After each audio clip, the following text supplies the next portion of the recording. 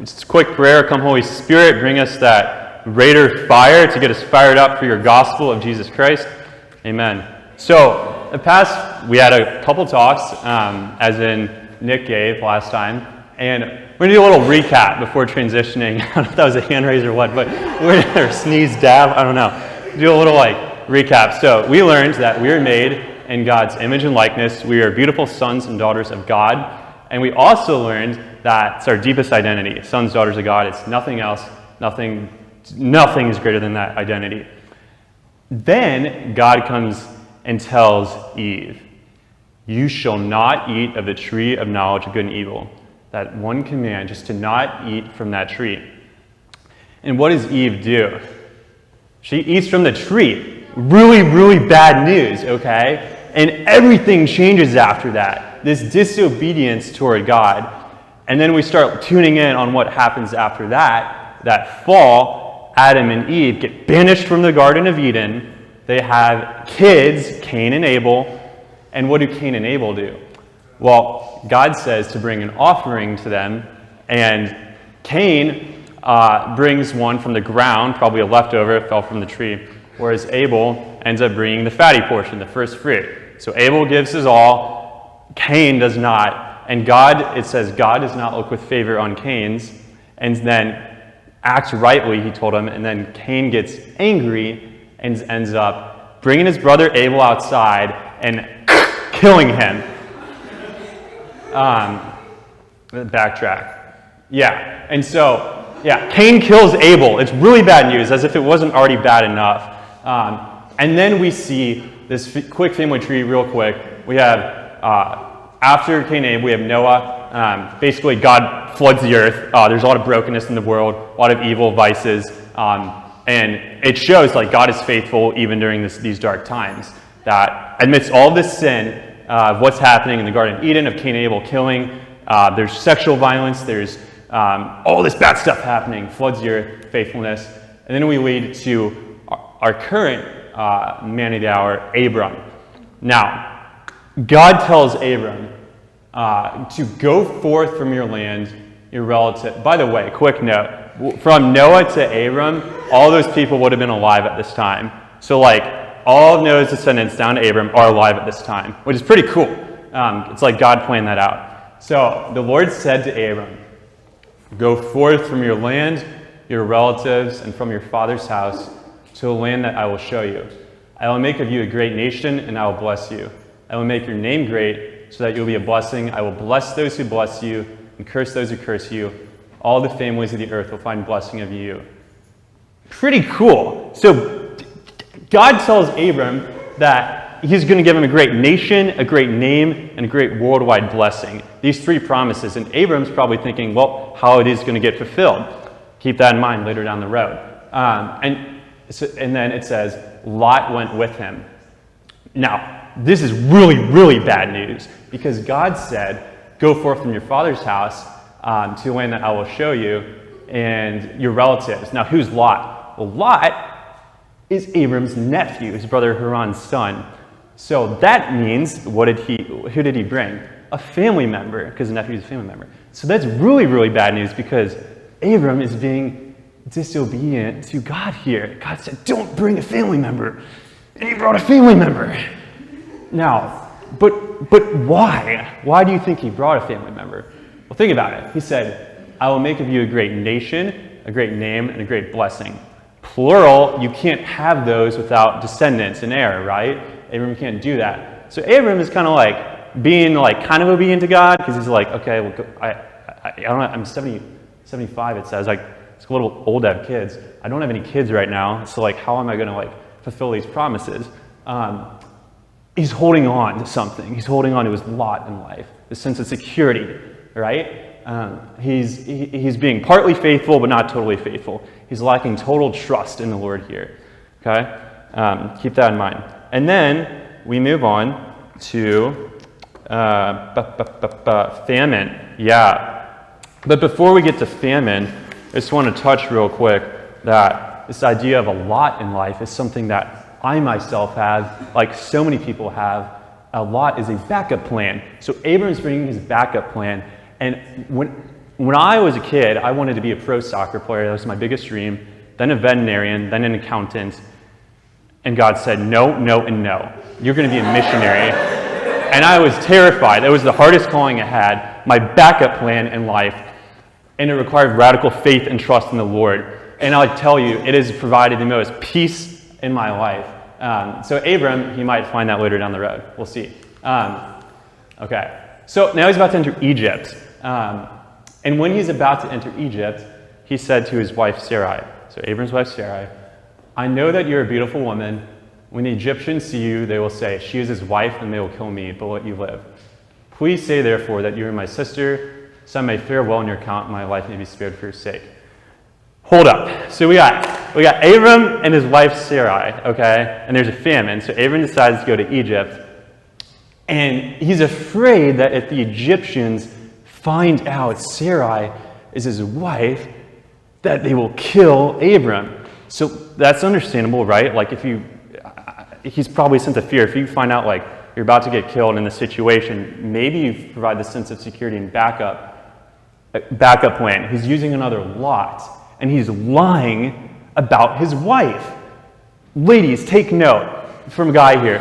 If your significant other ever calls you a sister, a family member, and not like who you really are, a boyfriend, a husband, that's bad news bears. That's false.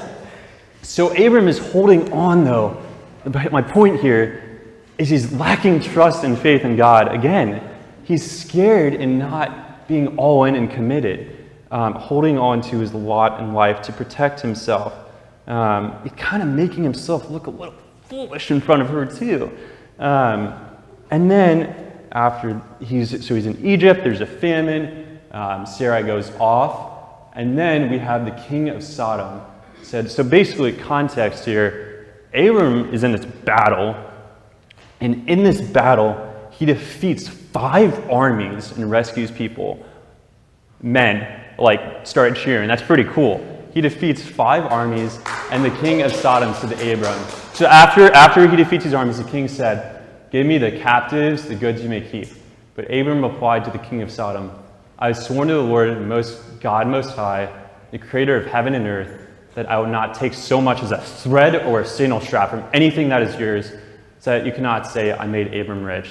So he wins these battles, and he's offered like riches, and he refuses them on account of being obedient to God. So before we see Abram bring his lot, his backup plan, it's kind of going like this, downhill, and then he tells Sarai it's his sister, and lies about that. He's still going downhill. We start to see Abram going uphill here. This is just like a first sense of like trust in God, that he's holding on to what's going to really provide him riches, which is the richness of God's plans for him, this relationship that he's desiring for him. So we're seeing this shift here in Abram's attitude of going from kind of a lack of trust to starting to trust God, which is really exciting to see him grow in this. And so, okay, after this battle, we have this vision to Abraham. So I'm going to read this vision that he has. It says, sometime afterward, the word of the Lord came to Abram in a vision. And God said, do not fear, Abram. I am your shield. I will make your reward very great. But Abram said, Lord God, what can you give me if I die childless and have only a servant in my household, Eliezer, I think that's how you pronounce it, of Damascus? Abram continued, look, you have given me no offspring, so a servant of my household will be my heir. Then the word of the Lord came to him, no, that one will not be your heir. Your own offspring will be your heir. He took him outside and said, look at the sky and count the stars if you can. Just so he added, will your descendants be? And Abram put his faith in the Lord, who attributed it to him as an act of righteousness. Now, just to add, so God, context here, imagine being told by somebody to look at the stars in the sky and count them, and so numerous your descendants would be. Google this. There are 200 billion trillion stars in the universe. It's a lot of stars. It's a lot of descendants. Abram's old at this point. He's like 80 he's in his 80s, I want to say, 85 or so. It's really, really old to have that much offspring. I'm not an expert in biology, but it doesn't make sense. And so Abram's probably starting to have this radical sense of, God, are you crazy? Are you crazy? But kind of like rightfully so. Like he's giving him these big asks, these big orders. And then we read some really, really cool, important detail when God tells him to look and count the stars in the sky.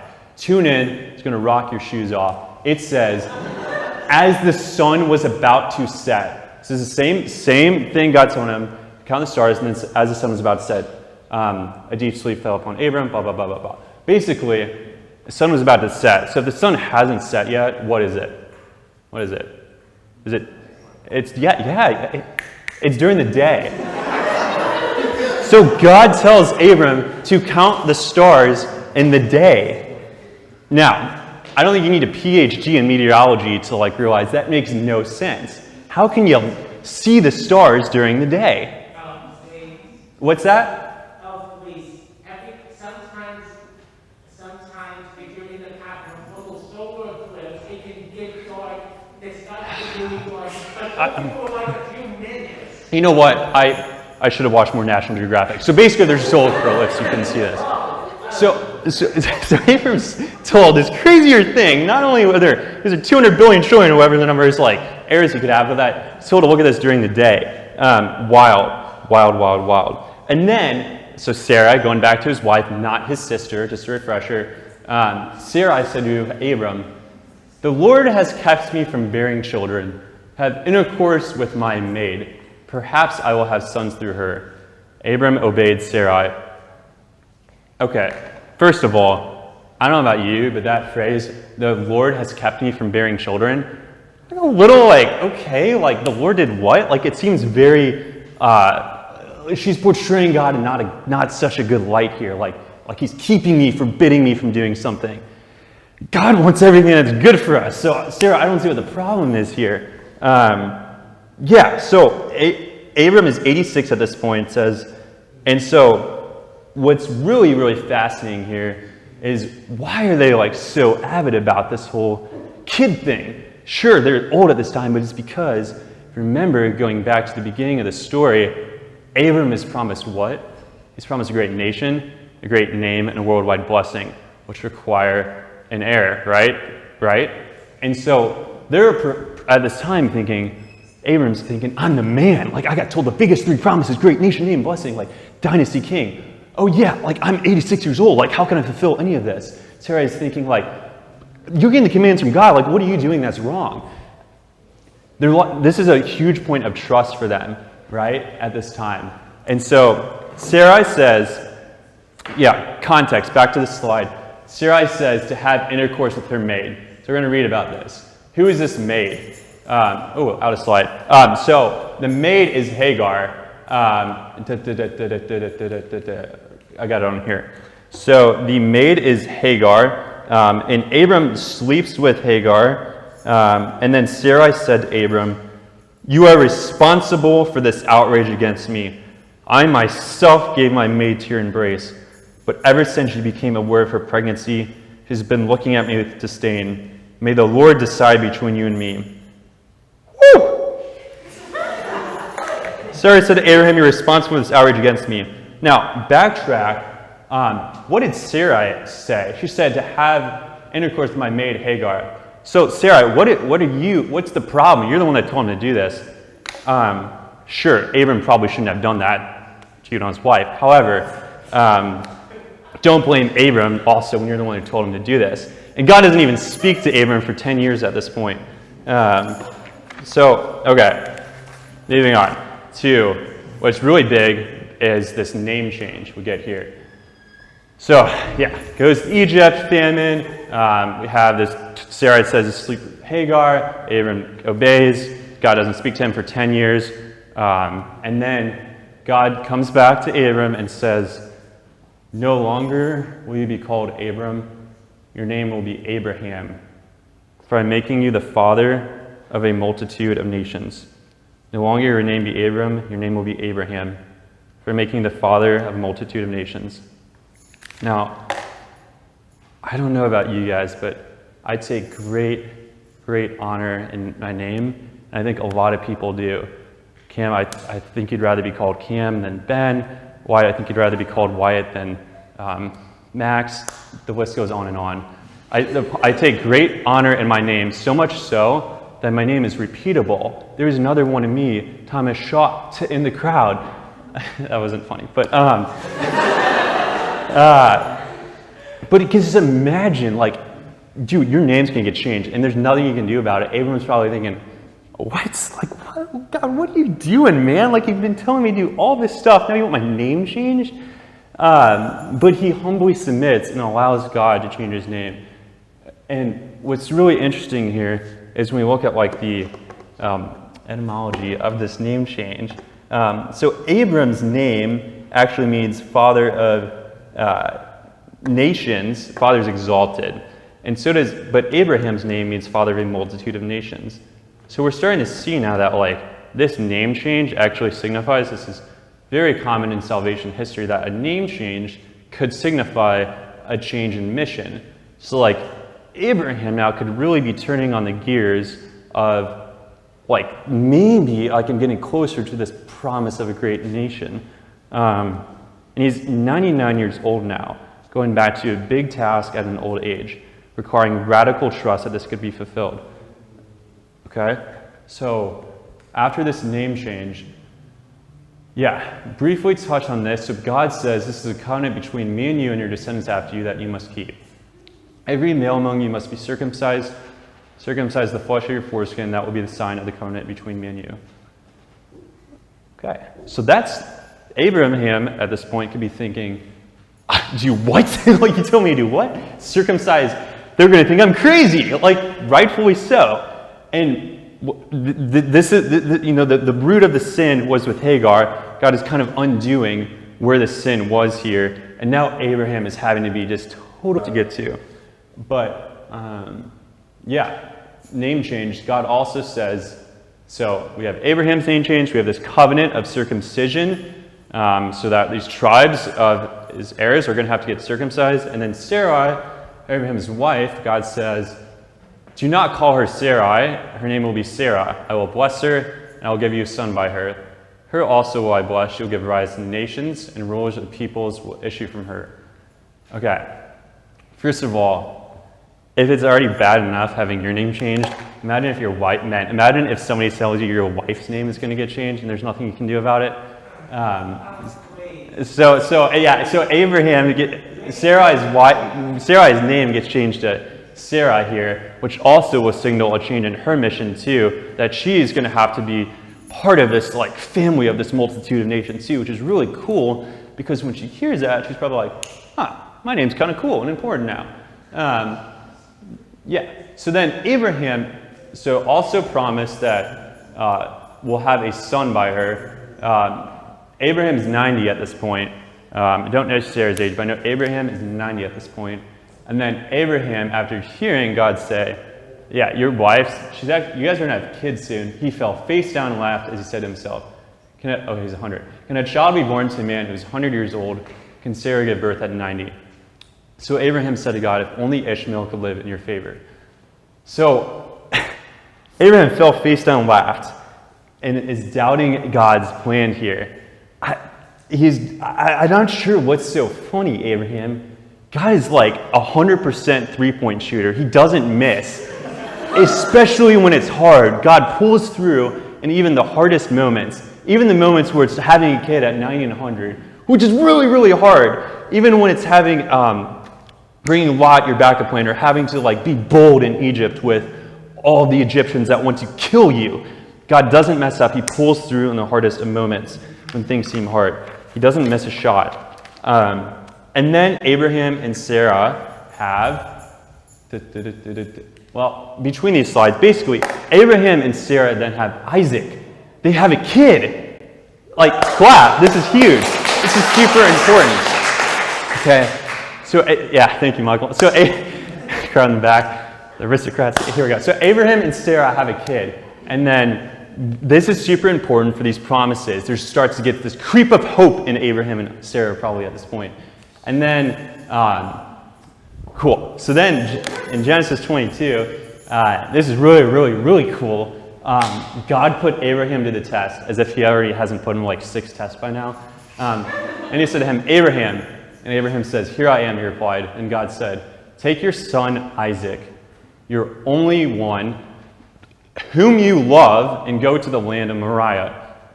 There offer him up as a burnt offering on one of the heights that I will point out to you. God's telling Abraham for his son to be sacrificed. Can you imagine what is going through Abraham's mind at this point?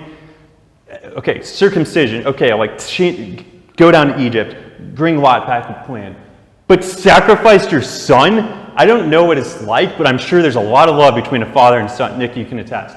So then, early the next morning, Abraham saddled his donkey, took with him 2 of his servants and his son Isaac, and after cutting the wood for the burnt offering, set out for the place of which God had told him. On the 3rd day, Abraham called sight of the place from a distance. Abraham said to his servants, stay here with the donkey, while the boy and I go on over there. We will then worship and come back to you. Okay, so Abraham took the wood for the burnt offering and laid it on his son Isaac, while he himself carried the fire and the knife. Okay, well, I'm going to zoom in here. We see, we will worship and come back to you. Now, why is that so important? It says we will worship. We. It doesn't say I will worship. So Abraham here is thinking that somebody is going to come back to him from this mountain. Who's that? Who else is going up there with him? It's Isaac. So he's thinking he's going to get Isaac back, which is really, really cool because he's having trust now. Abraham is starting to trust that God is actually going to give him back what he wanted, that love between the father and the son, that like God is actually going to give him all of his desire back, and that God's actually going to give him, because he's a good, good father, what is going to satiate him, what he needs. Okay, so this is a huge turning point. So we were like this and this and this, and now we're like that, Abraham. Okay, and then it says, Abraham took the wood and laid it on his son Isaac. So I don't know the weight of a cross, but I did read somewhere that the head of a cross back in the day was about 125 pounds, as in a part of that cross was. Now, that would require Isaac to probably be like, at least like of teenage age, I think. You're not going to like put a heavy cross on a 9 or 10-year-old kid and expect them to carry it up a hill. So Isaac carrying this big cross, like a big dude, like carrying like guy in the gym. He's teenager, it means he's a willing victim, right? Because Isaac is like strong, bulk jack, like in the gym every day. But Abraham at this point, he's in his 90s. He's 100, I guess now. He's 100 years old. He's super old. If you were to go like to a boxing match and you have like a 100-year-old man and like a, I don't know, 19-year-old dude, odds are the 19-year-old dude's going to win. So he's a willing victim, which means why I'm like emphasizing this is that Isaac also had to require radical trust in God, because he could have just backed out. He could have beat up his papa, but no, he stayed in there, and he foresaw that God, you are a good father. Remember those words tonight. You're a good father, and that no matter what happens, I trust that you're going to provide. That you will provide nothing less than is good for me. So he could have easily stopped, but he doesn't. And then we see. As the two walked on together, Isaac spoke to his father Abraham. Father, he said. Here I am, he replied. Isaac continued, here are the fire and the wood, but where is the sheep for the burnt offering? My son, Abraham continued, God will provide the sheep for the burnt offering. Then the two walked on together, and they came to the place of which God had told him. Abraham built an altar there and arranged the wood on it. Next, he bound his son Isaac and put him on top of the wood of the altar. Abraham reached out and took the knife to slaughter his son, but the angel of the Lord called out from heaven, Abraham, Abraham! And he said, here I am, he answered. Do not lay your hand on the boy, said not lay your hand on the boy, said the angel, not do the least thing to him. For now I know that you fear God, since you did not withhold from me your son, your only one. All right, so you got saved. It's like, yeah, that's okay, clap. So Isaac got spared. Abraham's probably like, whew, like, don't ever do that to me again. And yeah, for now I know if you're guys, do not withhold from your only son. So there's this sense of reward coming in Abraham here, which is really cool. Basically, yeah, Abraham is learning to trust God now, like even more so than before. We see Abraham willing to detach himself from his own plans and just attach himself to God's plans. And that's ultimately what God wants for us, to attach himself to his plans, detach from our plans. Abraham probably had a ton of fear. Isaac probably had a ton of fear. And you might be thinking, why would God do this to Abraham? The reason for this, and the reason for all these crazy stories this whole time, it sums it up in one way. God is trying to prove, who do you love more? Me, first and foremost. Back in the garden, when they reached for the apple. Cool. So we come into the end here.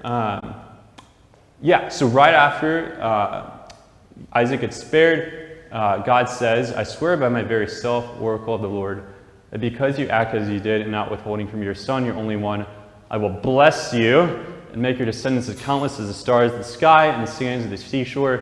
Your descendants will take possession of the gates of their enemies, and in your descendants all the nations of the earth will find blessing because you obeyed God, because you obeyed my command.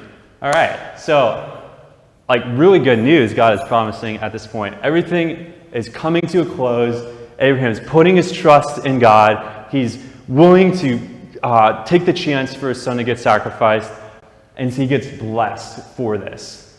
God rewards us, point being, to the end, when we put our trust in him. That is what he wants of us in our lives, especially when things are difficult. God works in the most difficult circumstances.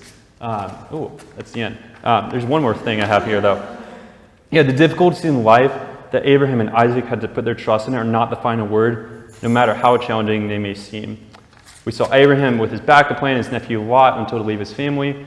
Another backup plan when he tells Sarai to call himself his sister rather than to spare his life. We saw that shift with the war. He's putting his trust in obedience to God to not take those earthly riches that the king of Sodom was offering him.